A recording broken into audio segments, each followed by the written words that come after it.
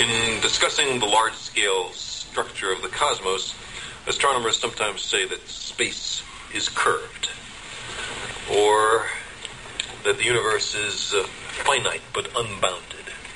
Whatever are they talking about?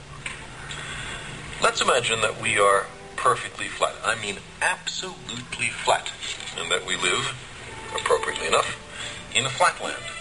A land designed and named by Edwin Abbott, a Shakespearean scholar who lived in Victorian England.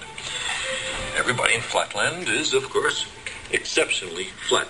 We have squares, circles, triangles. We all scurry about, and we can go into our houses and do our flat business. Now, we have width and length, but no height at all. Now, these little cutouts have some little height, but let's ignore that. Let's imagine that these are absolutely flat. That being the case, we know, us flatlanders, about left-right, and we know about forward-back, but we have never heard of up-down. Let us imagine that into flatland, hovering above it, comes a strange three-dimensional creature which, oddly enough, looks like an apple. And the three-dimensional creature sees an attractive, congenial-looking square, watches it enter its house, and decides in a gesture of interdimensional amity to say hello. "Hello," says the three-dimensional creature. "How are you? I am a visitor from the third dimension." Well, the poor square looks around his closed house, sees no one there, and what's more, has witnessed a greeting coming from his insides, a voice from within. He surely is getting a little worried about his sanity. The three-dimensional creature is unhappy about being considered a psychological aberration, and so he descends to actually enter flatland. Now, a three-dimensional creature exists in flatland only partially. Only a plane, a cross-section through him can be seen. So, when the three-dimensional creature first reaches flatland, it's only the points of contact which can be seen, and we'll represent that by stamping the apple in this ink pad and placing that image in flatland.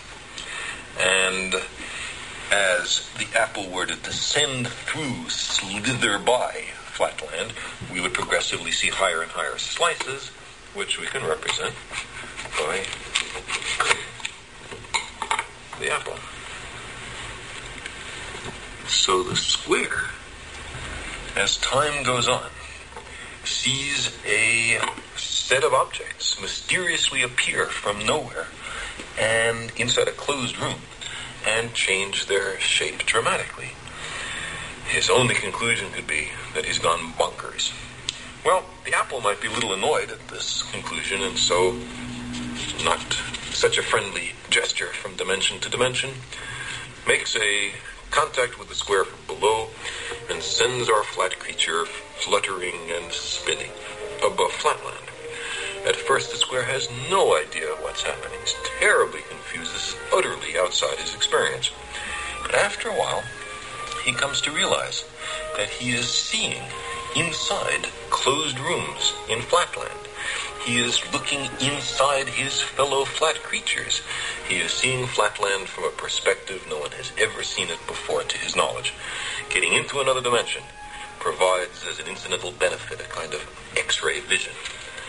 Now our flat creature slowly descends to the surface, and his friends rush up to see him.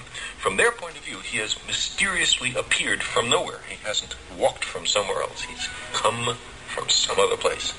They say, "For heaven's sake, what's happened to you?" And the poor square has to say, "Well, I was in some other mystic dimension called up." And they will pat him on his side and comfort him, or else they'll ask, "Well, show us. Where is that third dimension? Point to it." And the poor square will be unable to comply. But maybe more interesting is the other direction in dimensionality. What about the fourth dimension? Now, to approach that, let's consider a cube. We can imagine a cube in the following way. You take a line segment and move it at right angles to itself and equal length. That makes a square. Move that square in equal length at right angles to itself, and you have a cube. Now, this cube, we understand, casts a shadow. And that shadow we recognize. It's, ordinarily drawn in third grade classrooms as two squares with their vertices connected. Now, if we look at the shadow of a three-dimensional object in two dimensions, we see that, in this case, not all the lines appear equal. Not all the angles are right angles. The three-dimensional object has not been perfectly represented in its projection in two dimensions, but that's part of the cost of losing a dimension in the projection. Now, let's take this three-dimensional cube and project it, carry it, through a fourth physical dimension. Not that way, not that way, not that way, but at right angles to those three directions. I can't show you what direction that is, but imagine that there is a fourth physical dimension. In that case, we would generate a four-dimensional hypercube, which is also called a tesseract. I cannot show you a tesseract because I and you are trapped in three dimensions. But what I can show you is the shadow in three dimensions of a four-dimensional hypercube or tesseract. This is it. And you can see it's two nested cubes, all the vertices connected by lines.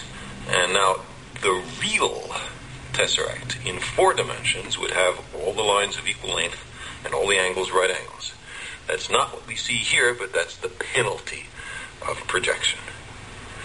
So, you see, while we cannot imagine the world of four dimensions, we can certainly think about it perfectly well.